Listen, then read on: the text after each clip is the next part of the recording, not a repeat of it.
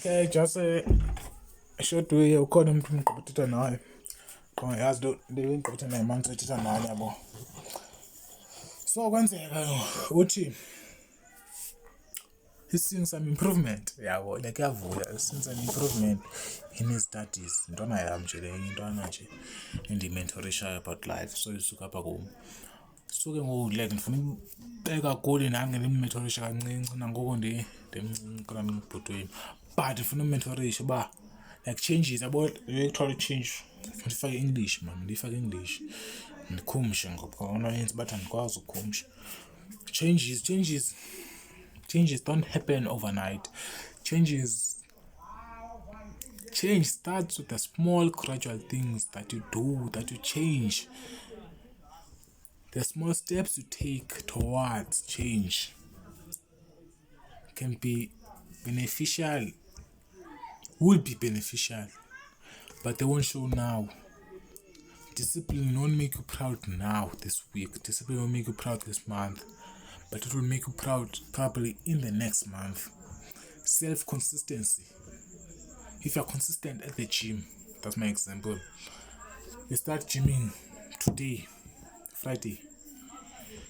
Sunday, you won't see any change, but probably next week, you'll see some small.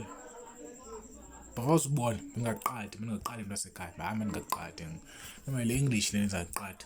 But if you start ujima ngoku, awuzobona next week, but awuzobona yourself next week, but uzayibona mhlawumbe kule nyanga ezayo. Bona uqala ngomsentweni 13, bawuqala ngo-13 kaFebruary ujima, ndisho nge-28 kaFebruary zabe nokubona mehlo kuba ujima yona, bawujima straight like bawugqithisa every day uyajiming, usixela ndiyajima ngoku. Aba practice bebhola, abebhola ke andiyazi uma ndiyiqedile topic ngiyafuna abantu bebhola. So ngoku change leyo, small steps that happen. Andikwazi motivate le, andikwazi. Phambi kwecamera online ndikwazi yenza role we okanye ile English. Utshintsho like ba unomuntu qomoke ngoku I need to change something about lo mzimba wami, le weight yami. Ba le weight yami andiyithandi at all. Manditshintshe le weight yami. Le weight yami. Obvious uzoqala ujima fethu ngomso. Qala ujima ngomso, awuzibona progress kwa next week. Ungazibona kwa next week, but uba ujima every day, you are self-disciplined, you are self-consistent. Noba uyifuna ujima but uzinyanzeke qomoke the end goal, ndifuna une six pack, yabo ndifuna ukutya imama. Ndizumzekelo. Abanye bafuna uba healthy. Uzayiqhuba le way yakho, uzayipusha by March. Athi saqala la way fasting ke-40 days. Ngaqala indlela yaphesakini ubone okay, ndiimprovile, ndiyakuchallenge. Qala ngoku ubuyele kumkosana, bungaxoki. Qala ujima.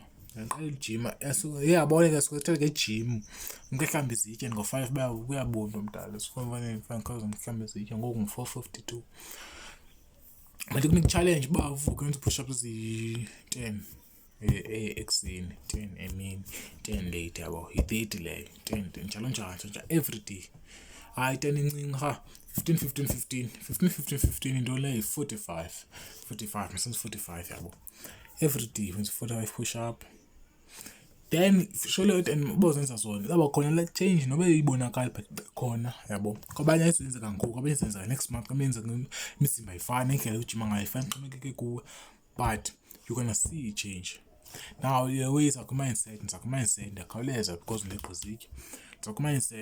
Mindset ba okay. Bakhona i-growth mindset okay ngoku ndandicinga kanje yabo, ndandicinga njengesimama somuntu yabo. Ngoku andifuni uba sesimama ngoku, mandicinge kanje ngoku.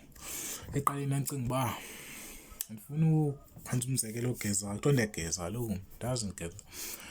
But eqaleni ndandicinga kanje uba yabo i-370 yam ndiyayitya yabo, ndizathenga i-370 yam, ndizathenga ntoni? Ndizathenga iCommando yabo. Xa iCommando ndithi case ndiqeshekileyo ndingeenkawuza yabo. Eza nkawuza zigcwala line yabo. But ke ngoku xa shifta ke ngoku okay yazi ntoni ngoku ndidikiwe ngoleweni, libo bomi bondiphelayo. Manditshintshe okay masiqale fika 370. Ndithathe Andithi uba suyithenga icase, andithi uthenga icommand uyithenga, but uthathe xa ufuna ke ngokubona ingqondo atshintsha kancinci lo.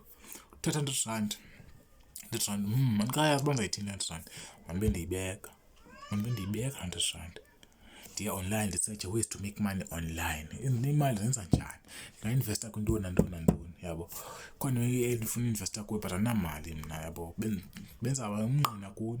Zaba ingqina phakathi 37 xa ingena yam ndibonise uba ndi-investa njani, then uyibone nawe uyenze, yabo. Msithembe okanye ndizawuzama ufumana 300 before 37 iza xa ingene yini. But qala kancinci nawe. Okay, kanjani njani. AndinomKrestu xa yoguquka. Nam kona ndiyoguquleka, yabo, before yazi fanele ndiphinde ndiye kodwa ke kona ndiyoguquka zange ndikhawuleze nditshintshe same time. Ndayabhaptizwa namhlanje but laa veki ndandisenguye laa mshayi wesinqe. Nakulaa veki mshayi wesinqe, naziwa umshayi wesinqe, esishaye isinqe lo mfo. But ndabe ndisenditshintsha, yabo. Ezinye iinto ndaziyeka uzenza, yabo. Ndayeka ukuphuma ebusuku, yabo. Ndayeka uthini uphuma ebusuku. Ndaqala ukuthi ufunda iBhayibhile. Laa mshayi wesinqe kudala ke lo, yabo. But li-change yenzeka kanjalo. Zange ndabhaptizwa kule veki but ndaqala ukwenza into noko kulaa veki yesibini, yabo. Ndazibona mna ndiyeke ndiyeka utshintsho ke awuzenzeka ngoku. Nawe uba ufuna umzimba awuzudlulisa ngoku. Nawe uba ufuna okanye ufuna ufunda incwadi, ufuna wenza imali awuzenza ngoku le mali yakho. Awuzuba rich ngoku. Kufanele uqale utshintshe ke. Abantu abanemali bacinga kanje, yenziwa kanje, le bhizinesi yenziwa kanje. Okay, maqala yabo. Like change.